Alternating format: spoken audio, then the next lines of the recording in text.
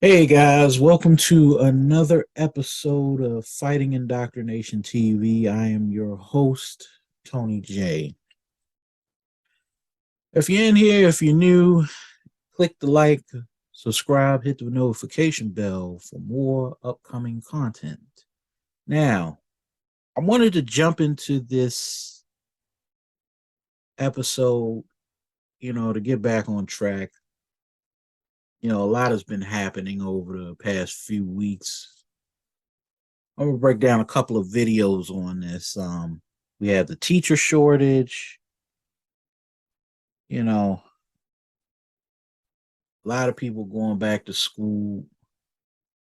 A lot of kids are going back to school, and for some odd reason, um, they're going to be left with no teachers. In Baltimore, currently, there are 675 vacancies, according to Fox 45.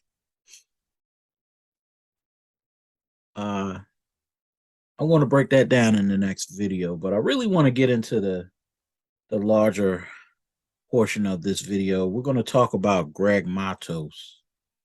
Um, he's been trending a lot lately in the past 2 weeks for an article that he wrote concerning men.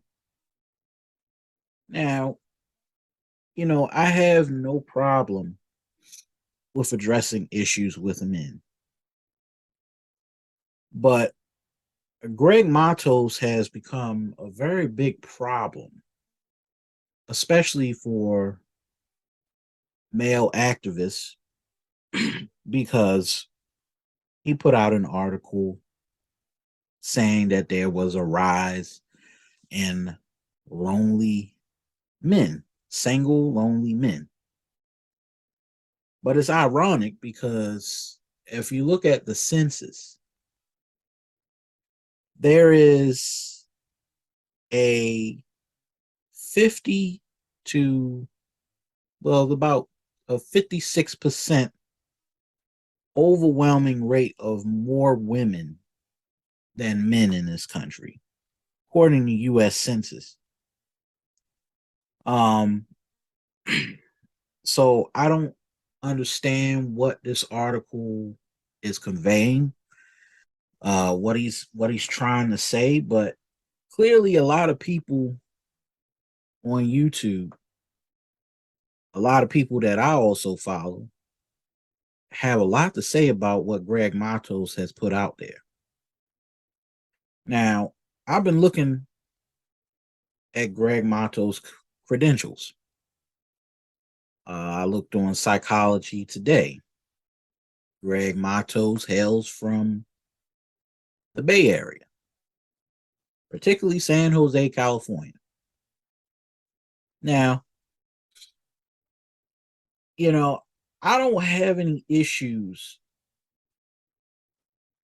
with Greg Matos. As I said, he's a new psychologist, he's a licensed psychologist, but he just got licensed. That's one of the bigger issues.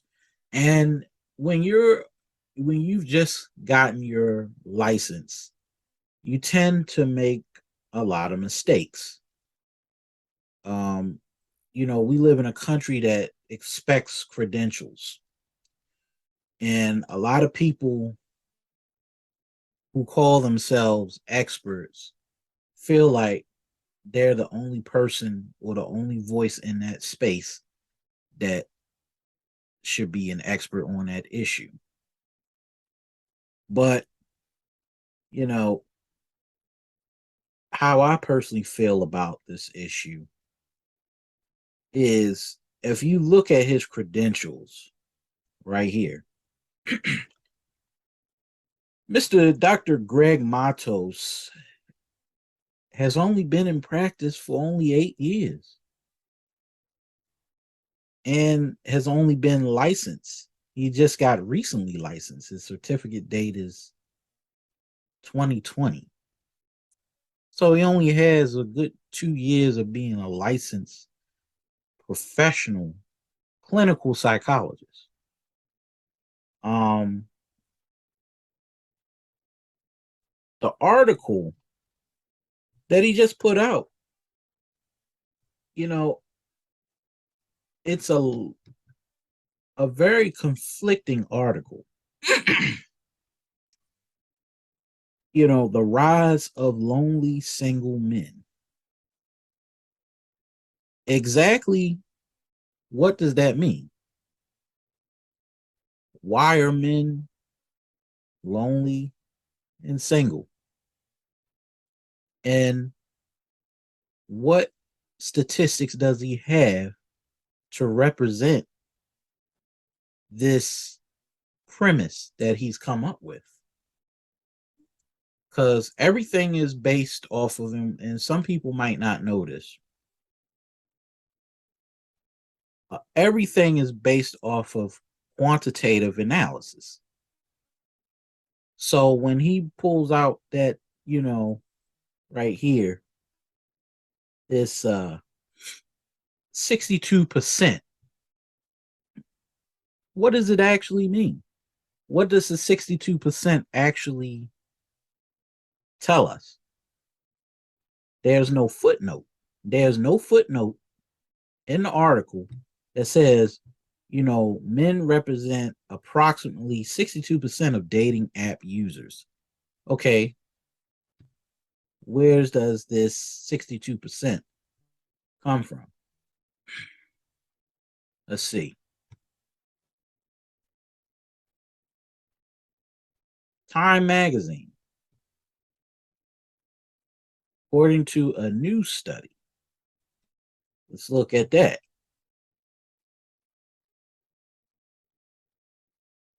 Global Web Index. So basically you took the study from Time magazine, who also took the study from, I guess, Pew Research. Let's see what Pew Research says. Dating apps online.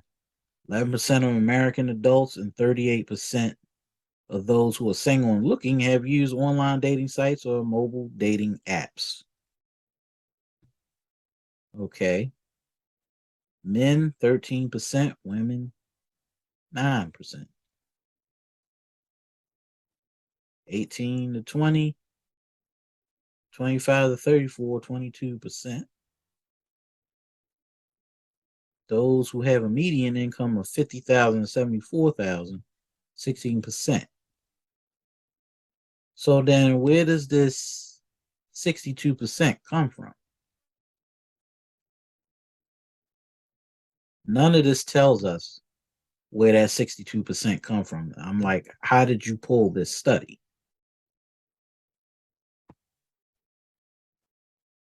He calls himself a PhD. But if you're a PhD person, you would have had all your footnotes at the bottom of this article so that people could actually look it up. You have no footnotes and you have no in-text citations. So then where's that study coming from? It says beta trials that 90% of users rated their first date positively, with 72% indicated they want a second date.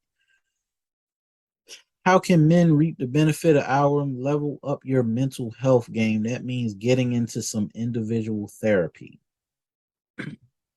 to address your skills gap. It means valuing your own internal world and respecting your ideas enough to communicate them effectively. It means seeing intimacy, romance, and connection as worthy of your time and effort. Uh, Everybody, a lot of men go to therapy, I myself included. But see, the thing that people don't say, which could be a very big problem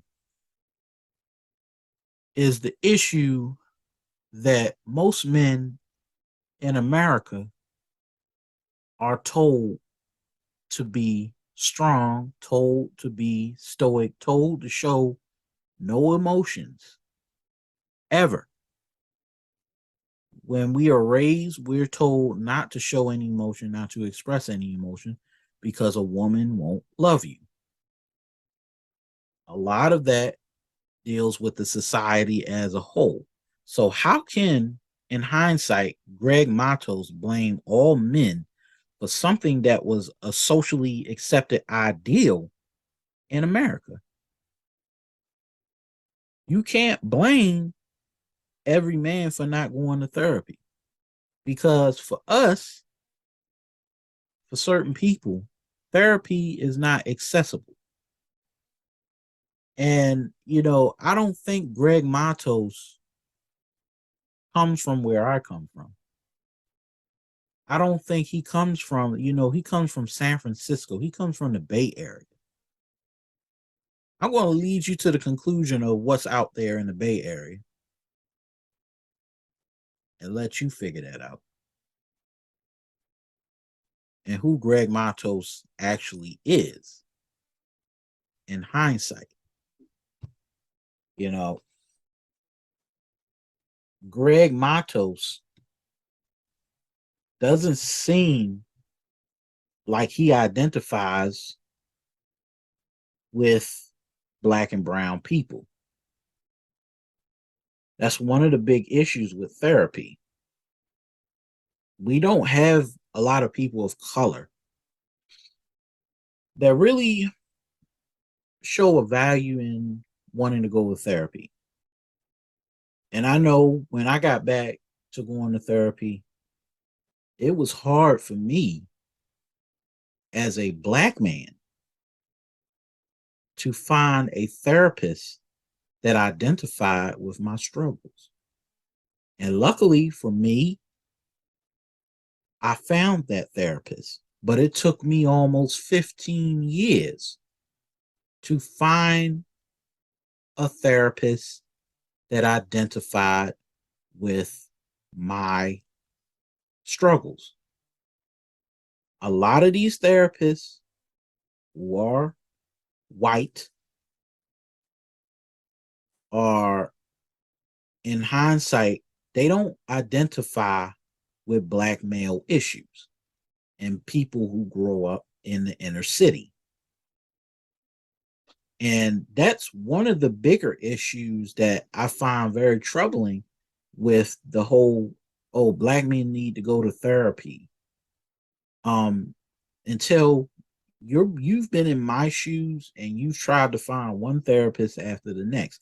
Because every therapist you get, you're not going to click with. It's a relationship. And it's hard to build a relationship when one person cannot identify with your struggle. I've had female therapists for a long time. I've had maybe two female therapists. And even in that case, they couldn't even identify with what I was going through internally. And, you know, with Greg Matos, he says it's easy for men to go to therapy because, women are not tolerating that shit anymore. Women are not, they want emotionally available men. I've seen some TikTok videos of Mr. Dr. Greg Matos. I'm going to respect him and call him a doctor because that's what the PsyD is for. He is a doctorate of psychology, so and he's licensed. So I'm going to respect him and refer to him as Dr. Matos. Dr. Matos doesn't really understand that because he doesn't come from certain cultures where therapy isn't accessible. He lives in San Francisco, San Jose to be exact. He lives in a very big city where there are very big liberal politics. Okay. Um, when he made that comment about men, he made it with a height of arrogance because he said he wanted men to better themselves. How do you know men aren't doing it without therapy? So his statement came off as being arrogant. And I think a lot of men took offense to that.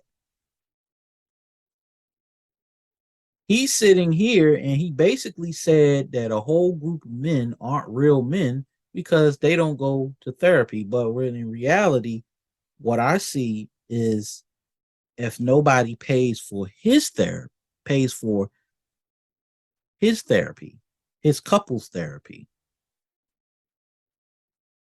then they're not real men. So in hindsight, he's actually trying to promote himself in his practice to try and get clients. And I understand that's a hard thing when you're in that situation because don't nobody got $150 per session. Don't nobody have $500 per session to go to these appointments. I've had to deal with going to therapy and I've gone to therapy so many times. But then what I often find in the therapy realm is that they charge over exuberant amounts of fees and consultation fees. I mean, these fuckers are trying to act like they lawyers. You know, if you look at Dr. Matos' fee, it's 150 to 250 per session. Okay. Now adjusted, that might come around to maybe $30 copay. If you're adjusting, you have insurance. And that's if your therapy is covered by insurance. Because most of the time, it's not covered by insurance. So how can somebody afford that? You know? And that's what I find very troubling about the videos that in the article that Greg Matos put out. You know,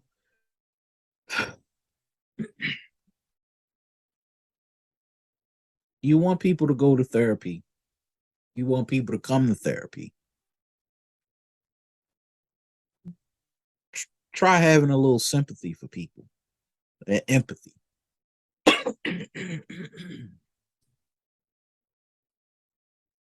Nobody has money to throw around to go to therapy. If they did, a lot of people would be in therapy. But because of why it's so expensive, people can't afford it. And most of the time, when we don't talk about the psychology industry, we don't talk about how a lot of psychologists are not found in smaller cities. You don't find psychologists in West Virginia. You don't find many that want to go to the state of Alabama or the state of Mississippi, places where people actually desperately need mental health therapy. But you don't see psychologists actually going there, you know. So then what do you do? If you're in Washington, D.C., a place like Philadelphia, New York City, and Boston, and Los Angeles, and the Bay Area, that's where you're going to find a large amount of psychologists and specialized psychologists that specialize in that really specialize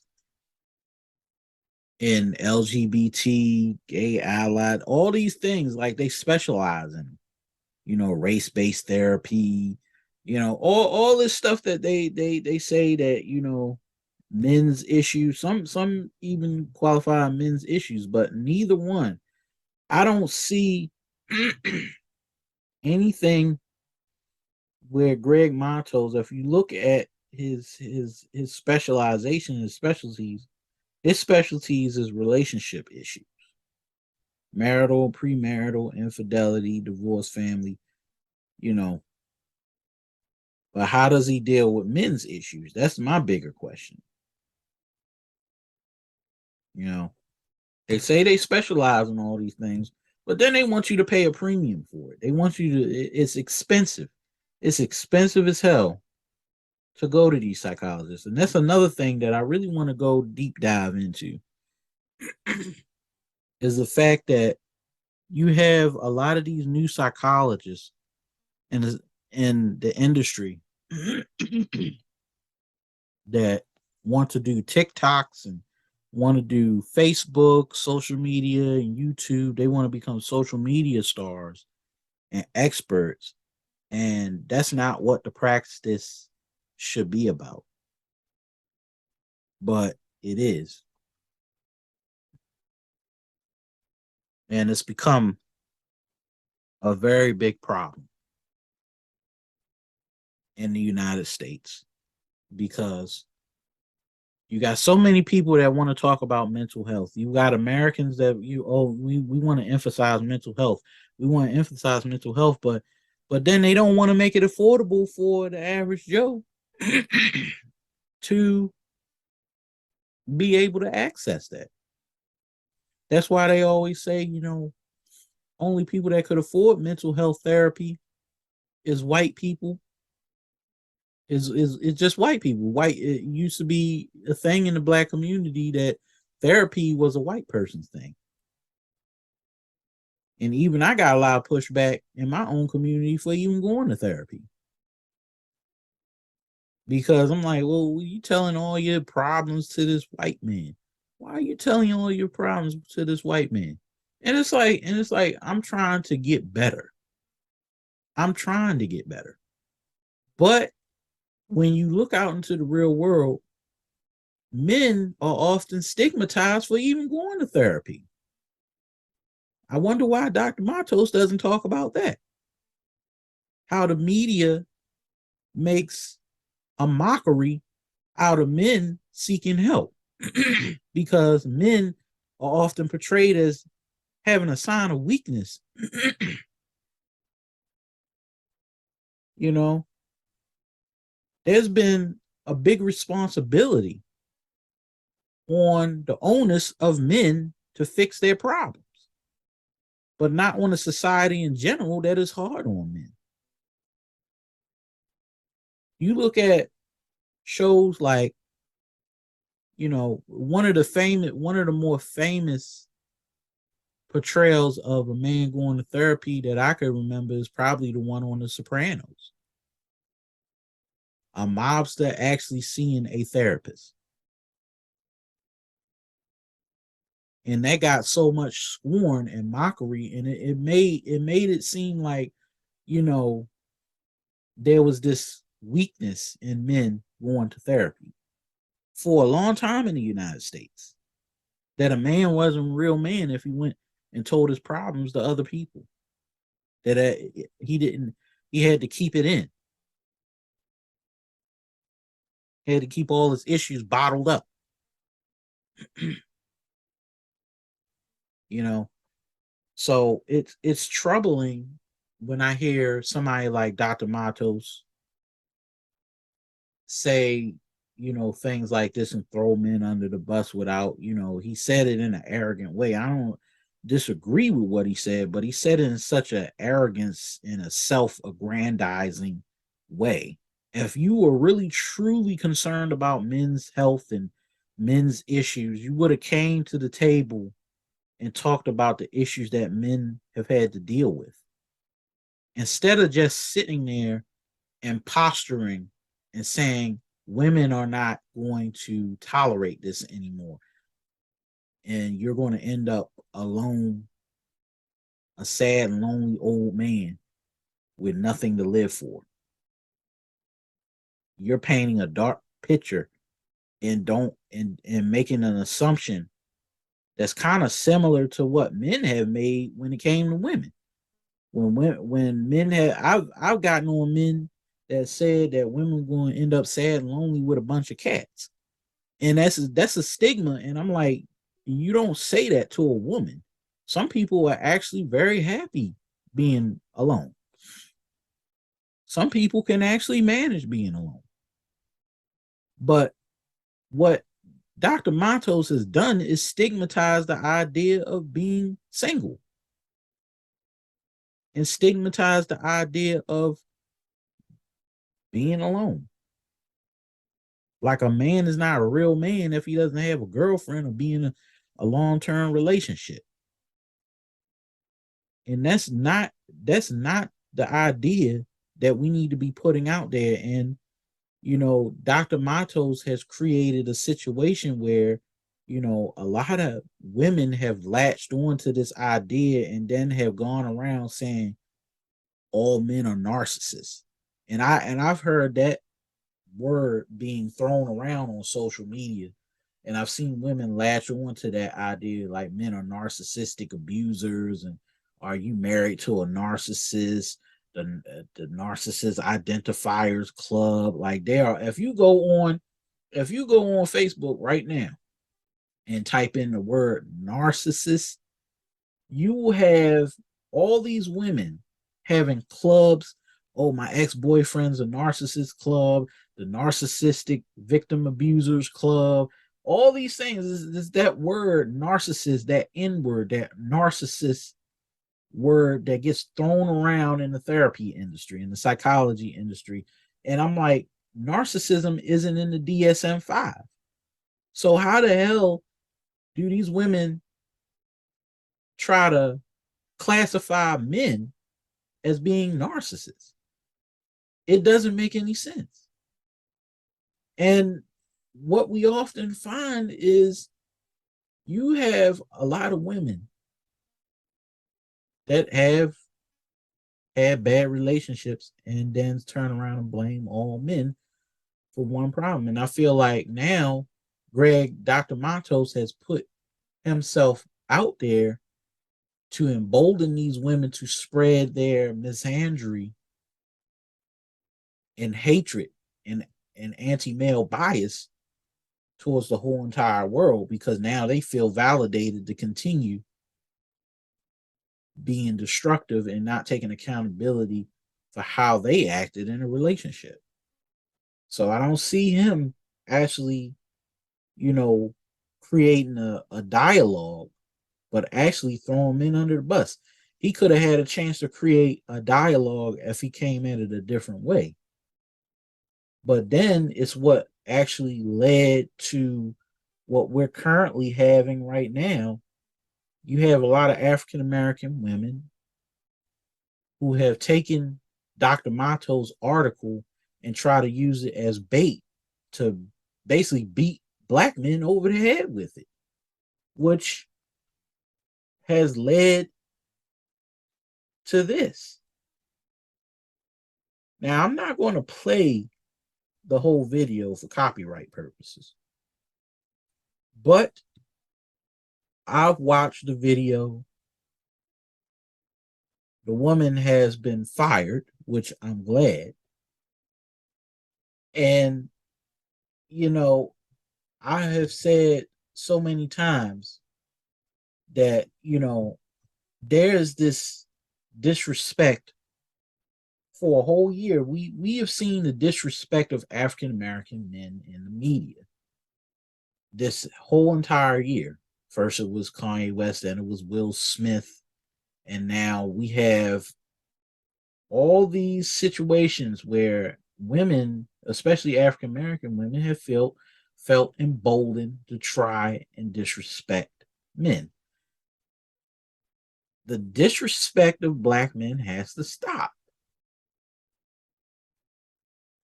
We have young men having to grow up in a world where they don't even feel, young black men are growing up in a world right now where they don't feel loved and appreciated.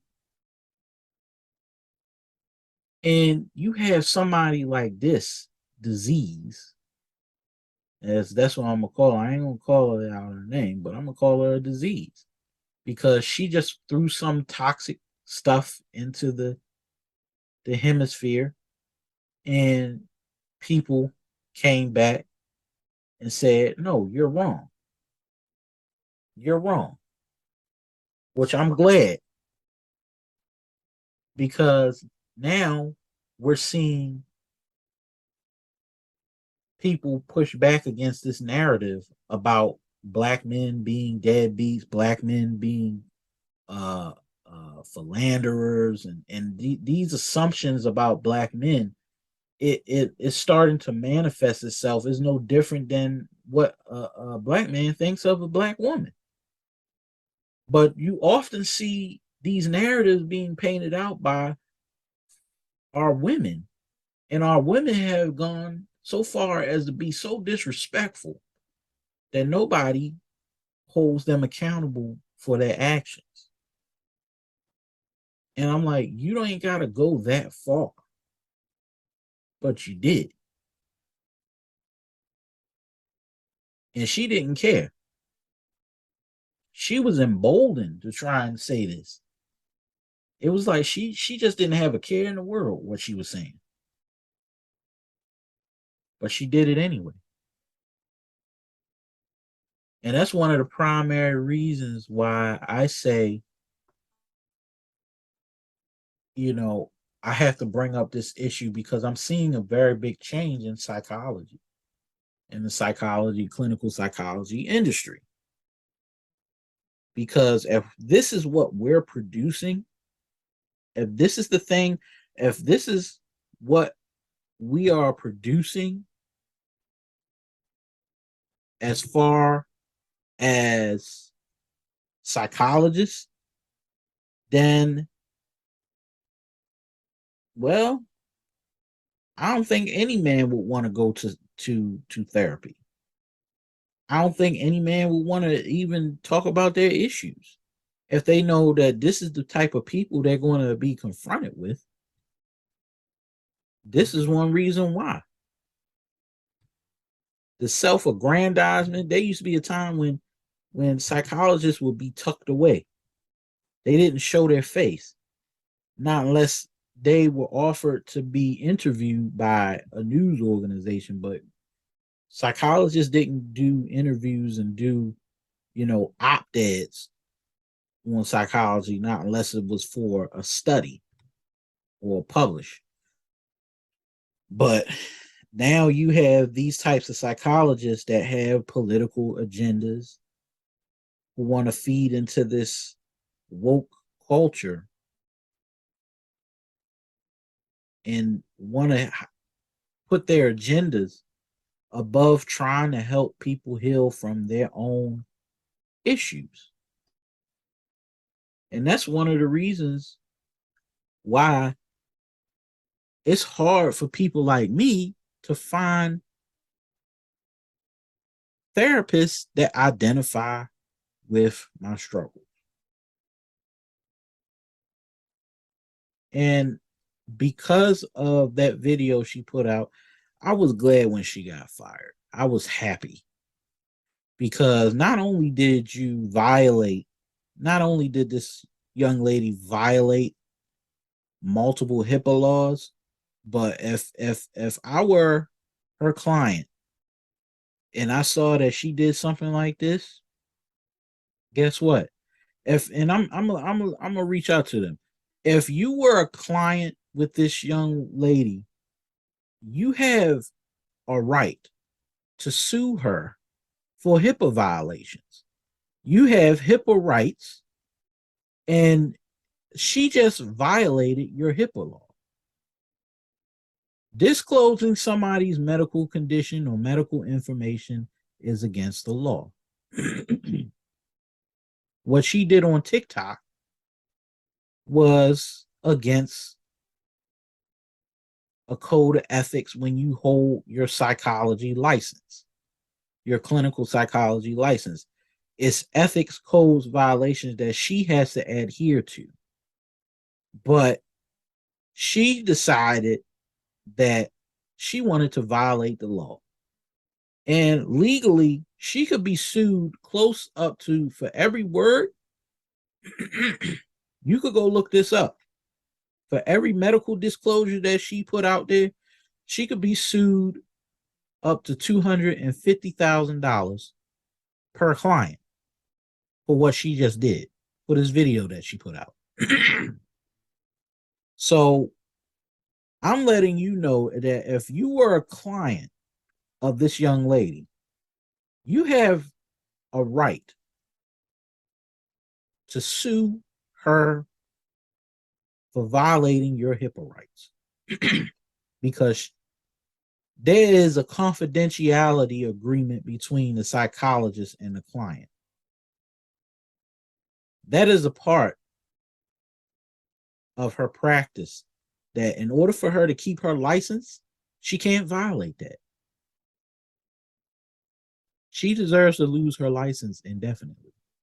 The board needs to suspend her. You can get her fired, but she still can start her practice. But I'm telling you, she doesn't need to practice psychology at all. She needs a psychologist.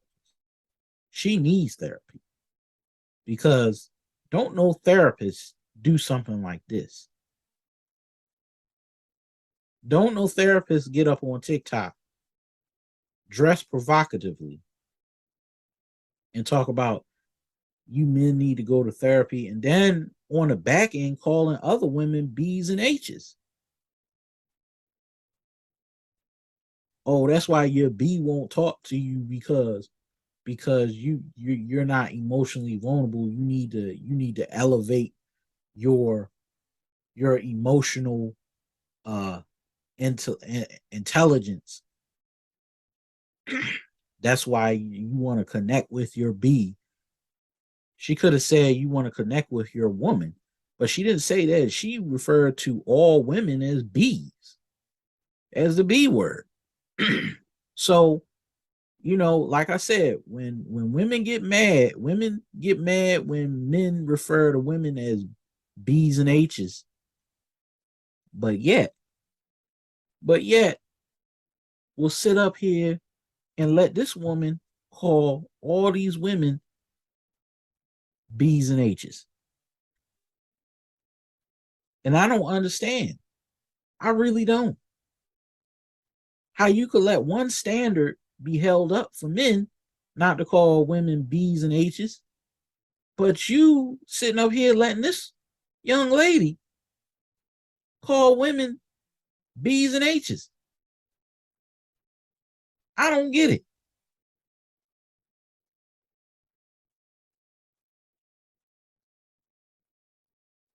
You really want things to change with black men? Let's first start by getting rid of people like this.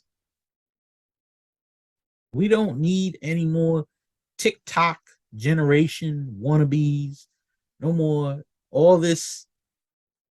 I'm trying to connect. I'm trying to help you and all this stuff. I'm like, this is not like you're reaching out to other people.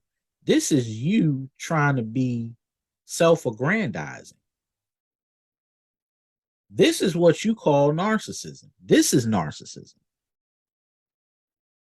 You promote yourself while throwing your clients under the bus. And you got a lot of women that's hopping on the bandwagon congratulating her for it, but she lost her job.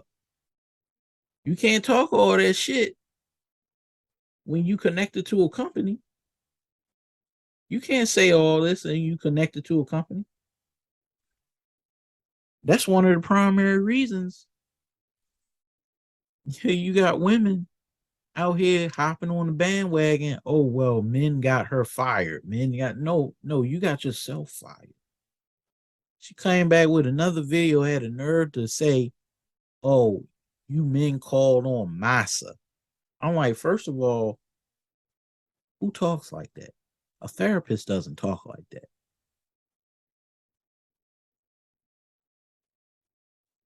This is what's coming out of college.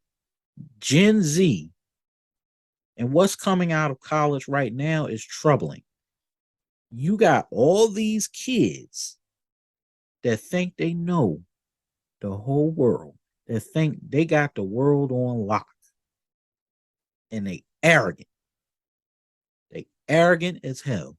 Just because you got a college degree don't mean you know everything. You always got to be a student at life. But see, you can't tell some of these ladies nothing because they think when they get that piece of sheepskin, they think they can run the whole world. And somebody gave them that overconfidence. They think like they feel like they can't even make a mistake. But the truth is, we all make mistakes. You make assumptions about black men that aren't even true. And then you turn around and then you get mad because you lost your job. Maybe if you didn't make that TikTok video, you would still have your job. That's the thing. Pride cometh before the fall.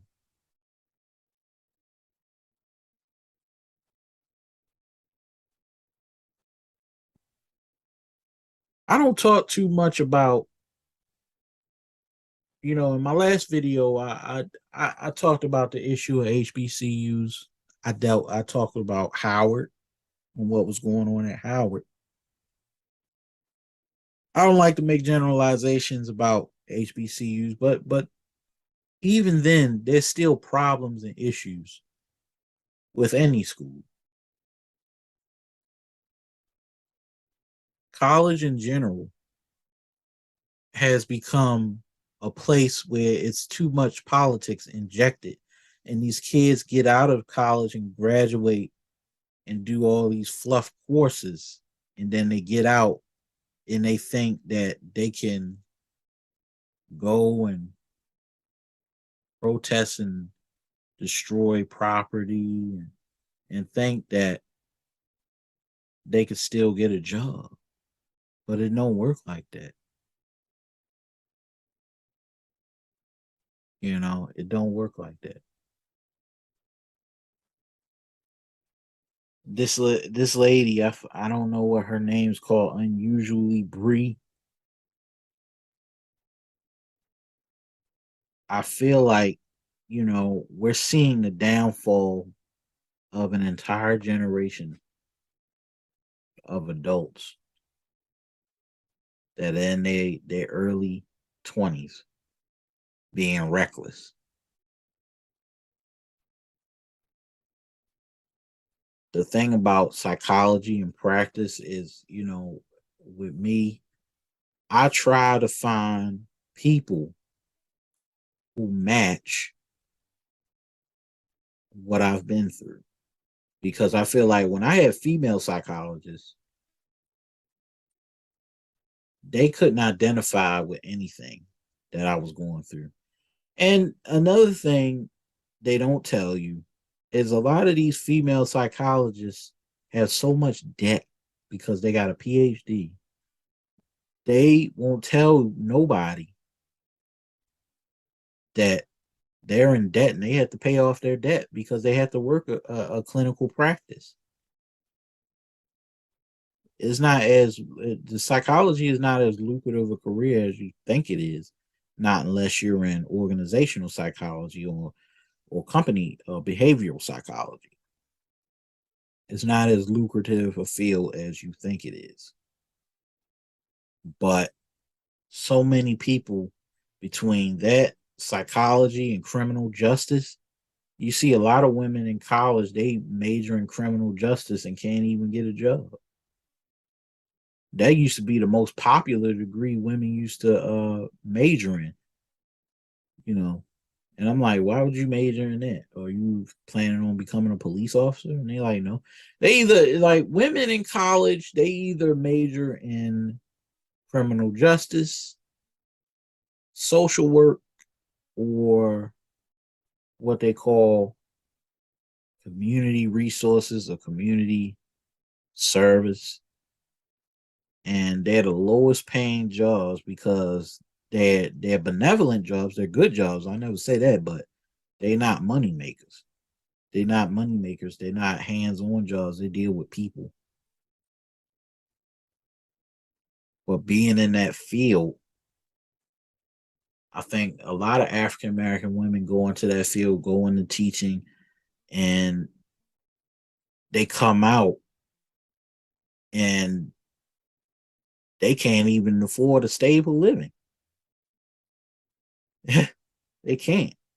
You go into college, you feel like you found something, and then you come out of it, and then you're wondering, you got a lot of African American women. They call themselves the most educated group of people in the world, but they don't tell you about their debts. They don't tell you about how much they have to pay because the majority of them can't even afford a place to live, unfortunately. But, you know, I want to get off of this one for a little bit. Close that out. Let's go ahead, go to FAMU. FAMU opens investigation after student poses nude on campus post graduation. Oh boy. Well, Florida A&M student Trisha Williams, 24, set the internet on fire after she got her master's degree at 24.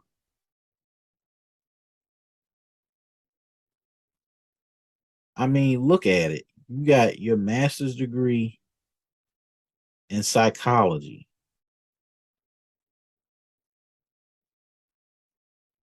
You know, she's been provocative her whole life.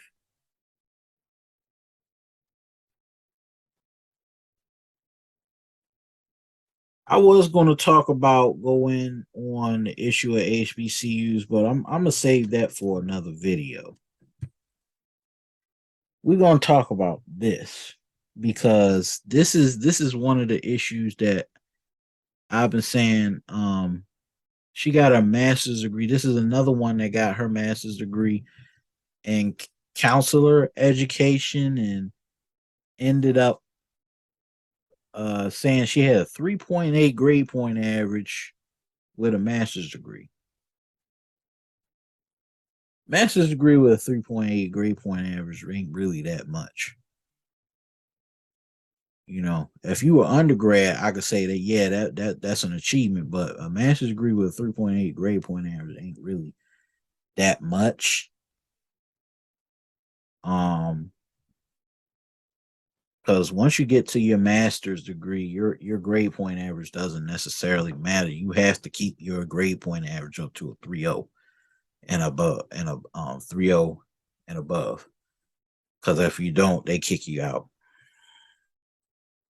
But it's the fact that she calls herself a MED.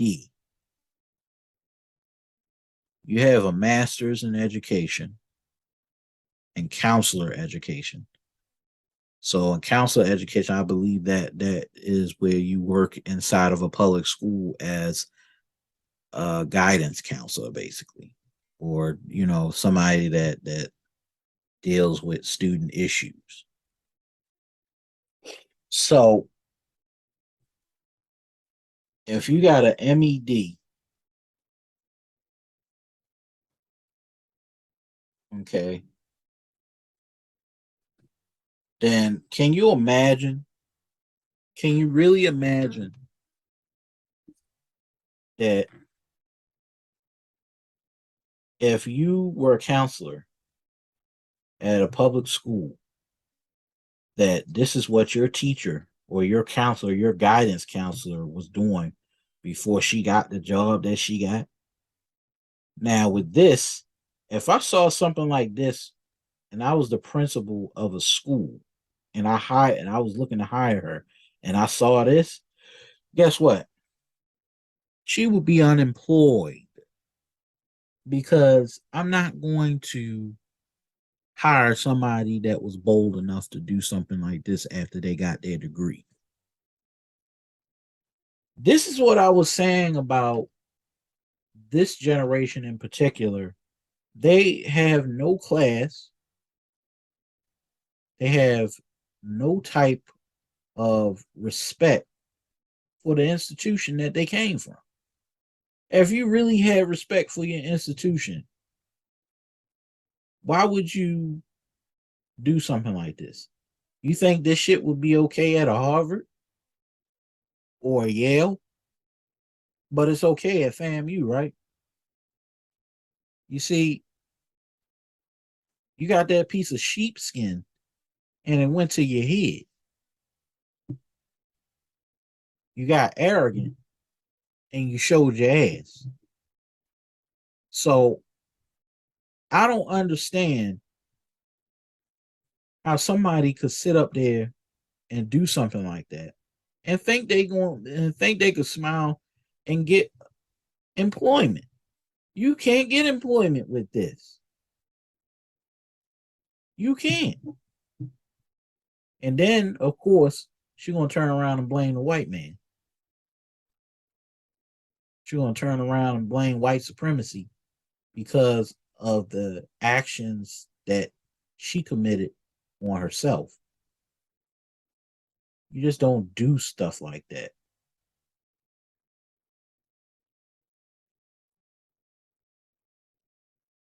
A lot of people going back to school this year. A lot of people coming out of school being arrogant.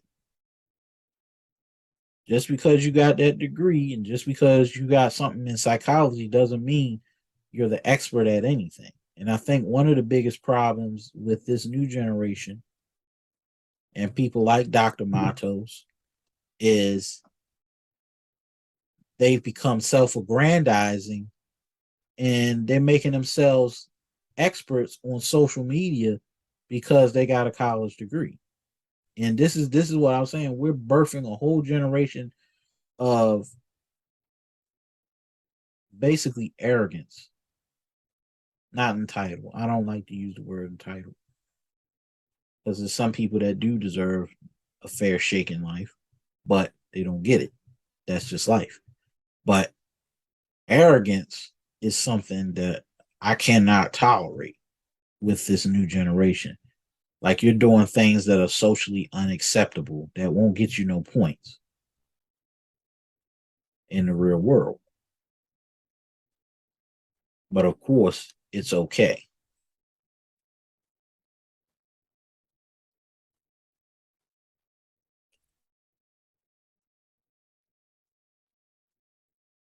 You know,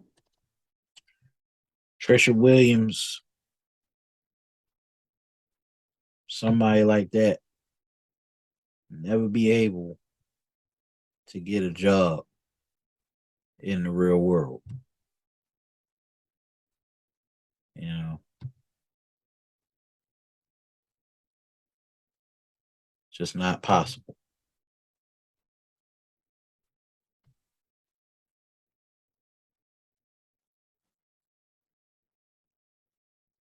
You know,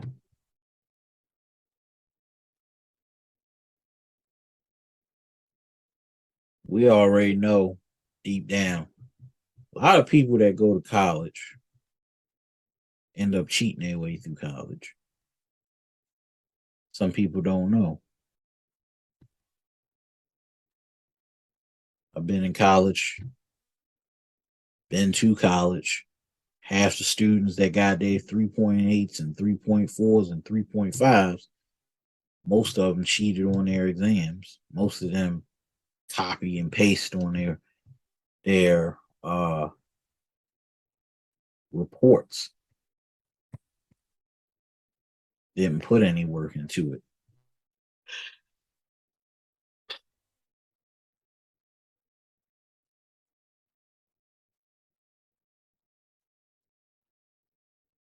I believe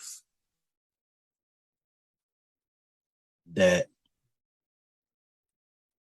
there has to be another standard.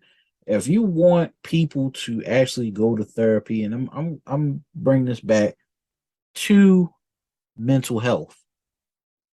If you actually want people to go to therapy, you're going to have to get people in. You're gonna have to stop producing these types of people. He may be a psychologist, but it doesn't necessarily mean that he's going to get clients.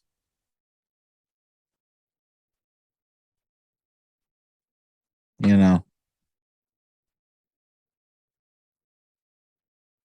doesn't necessarily mean that he's going to be paid for these things. And I wanted it to understand what Dr. Matos was saying, but you know, you only have 8 years worth of practice, and you just got your certification 2 years ago. Yeah, but there's so many out there that live in these small towns that don't live in a New York City or California, or they don't live in a big city and can afford to go to couples therapy, can afford to go to uh individual therapy. Some people, uh they get very shitty therapists, and they paying $150 per session for fucking breathing exercises. Ridiculous. You know damn well I'm not paying $150 for something that I could easily get an $8 book at the thrift store for. They be telling, and the thing about these psychologists, they make you pay a premium, but tell you some shit you could have found on Google. Tell you some shit you could have found in a book. But they say, therapy is valuable. Therapy is valuable. Therapy is very valuable, but I don't see any value in it because y'all do the same shit. It's not just one therapist. It's every single therapist. You go to therapy, they say, oh, your copay is $250. Okay, you paid the $250. Now coming into the session. Okay, I want you to I want you to breathe in and breathe out. I want you to learn how to breathe in and breathe out and relax your shoulders. That's what therapy is. That's all the fuck they do at therapy. Breathe in, breathe out. Are you doing your breathing exercises that I told you? Are you applying them? Breathe. Okay, I want you to practice with me. Breathe in and breathe out.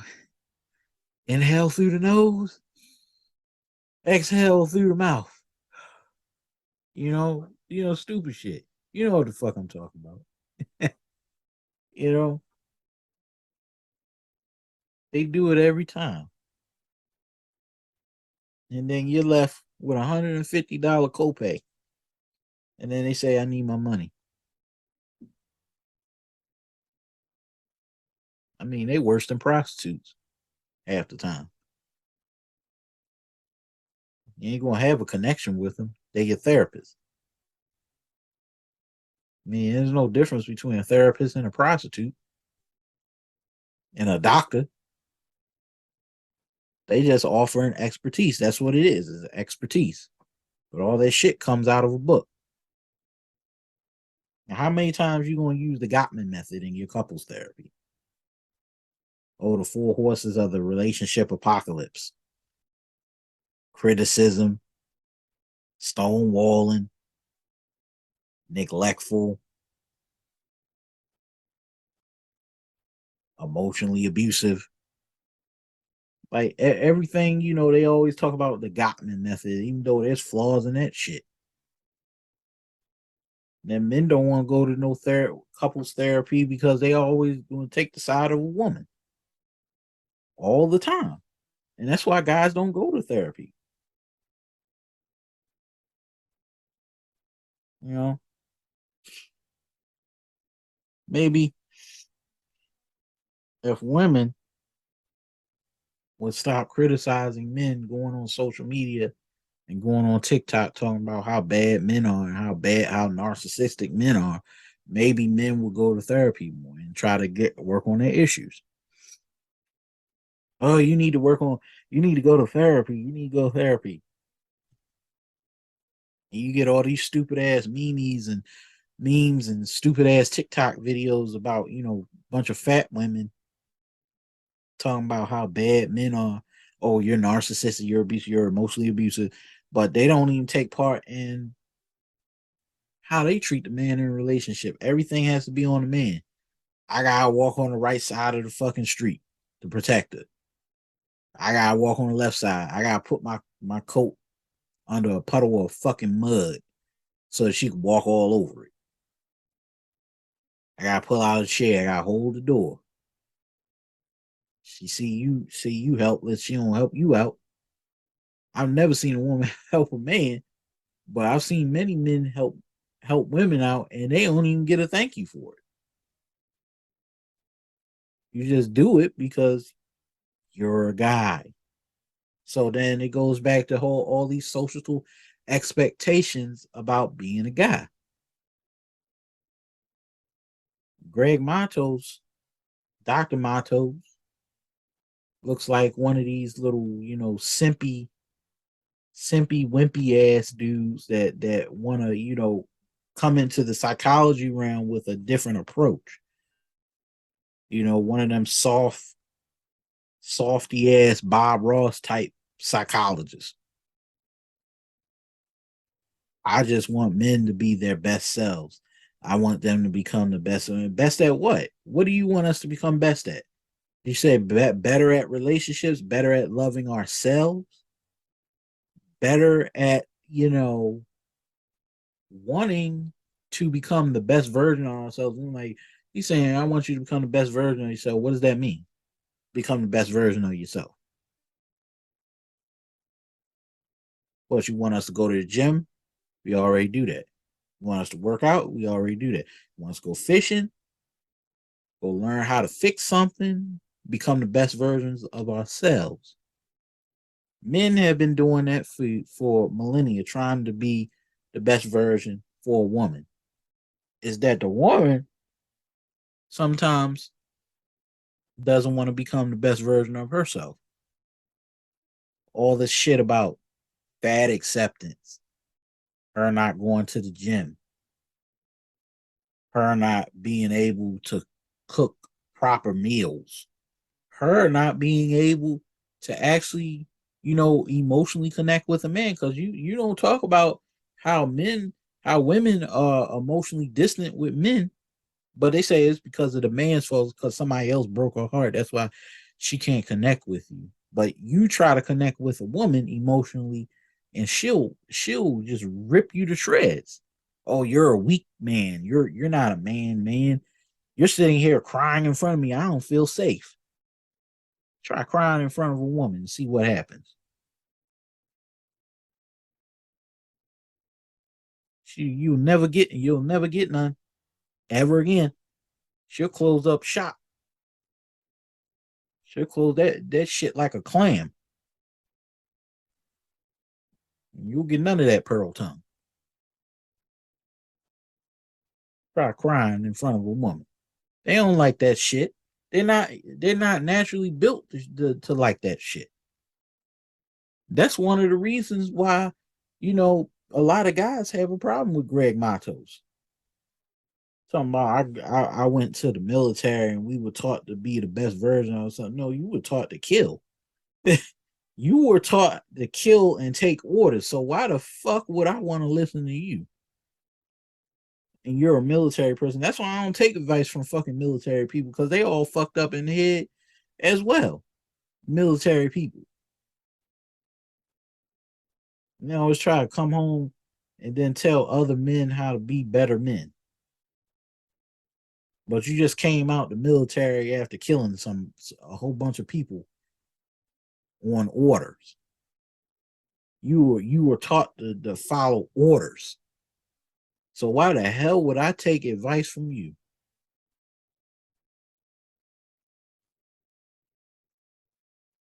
Why would I take advice from somebody who went into the military? They ain't normal. Say he was a Marine Corps sergeant. I mean, you saw some action. Shit, you need therapy. You was in the Marine Corps. You need therapy. We don't need therapy. You need therapy. You was in the Marine Corps. I know them motherfuckers is messed up. They're fucked up in the head. Anybody come out the military, they get all fucked up in the head. They gotta be what's called debriefed, demilitarized. Try to readjust back to civilian life. And it seems like he tries to look at it. It's like, well, he got out of the military, just got out of the military. It's just, I don't think he's the one to take any advice from. He just started social media. He just started everything. I'm not a fan of that. Talk about the rise of lone men. But you notice in his videos, you never see his wife. You got all these dating advocates out here, Ron Wells, all these motherfuckers on social media try to tell men what they need to do to get a woman. Just a lousy ass group of people that don't have a woman will tell another man how to get a woman, but they ain't got no woman in a picture.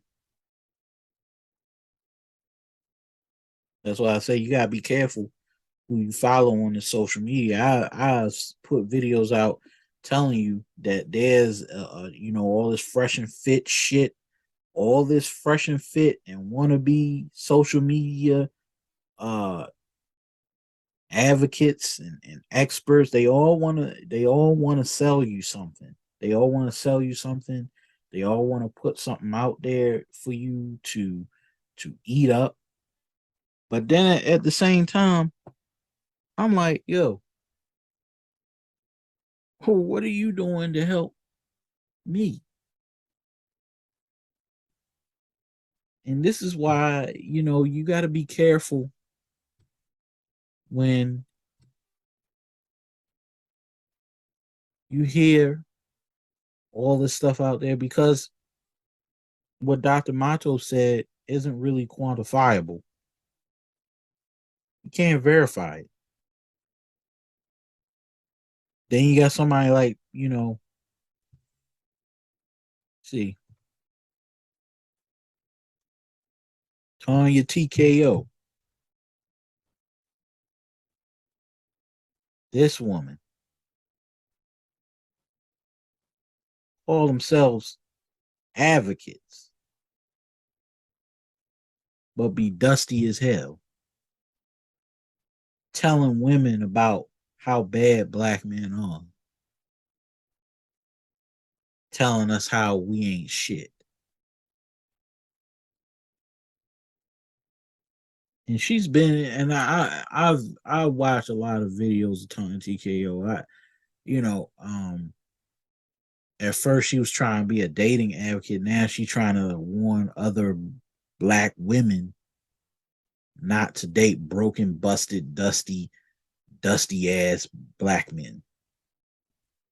But yet, yet she's been on there for 10 years making money on maligning black men for her own purpose, making jokes about black men being dusty, always calling black men dusty.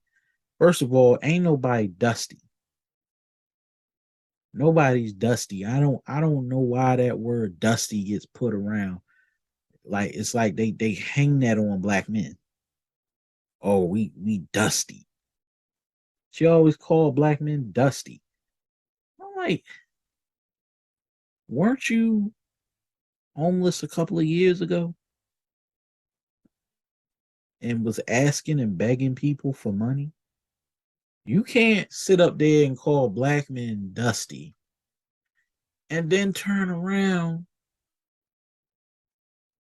and your ass was barely making any money before that. And now everybody done blew up your ego.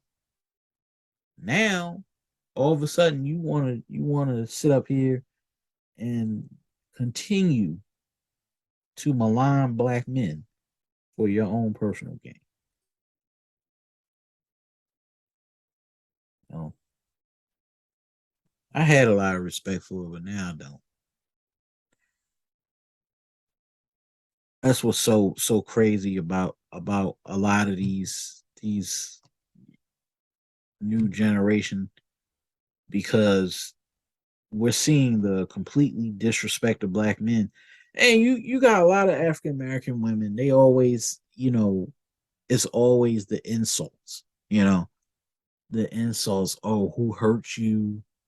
Oh, you need why you mad? Oh, you mad? All this stuff is like, it's like they have all these a grand, they have this thing where they basically gaslight your problems and make you feel less than, like you're not violating me,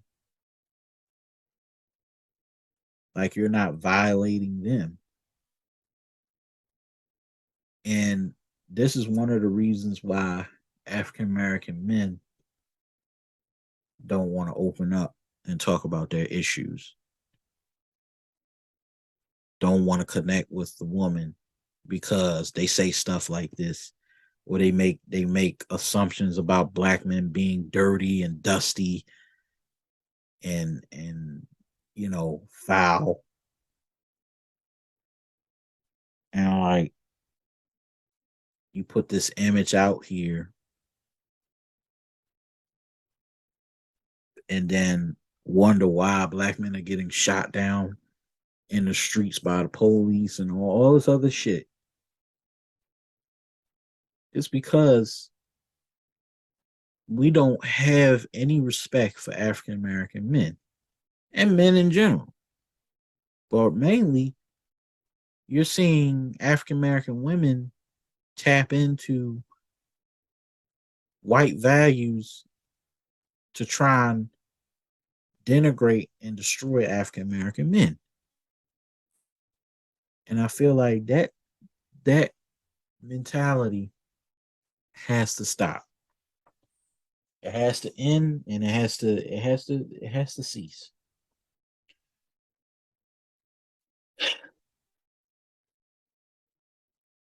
That's going to be the end of my video. If you like, just subscribe, man. Like, click the like. I need my videos to get through the algorithm. I'm trying to build up this channel. You know, if you rock with me, you rock with me. But I just thought maybe now is the time to really put something into action, to really have a discussion about this issue about mental health and the fact of why men and black men don't go to therapy. I'm out.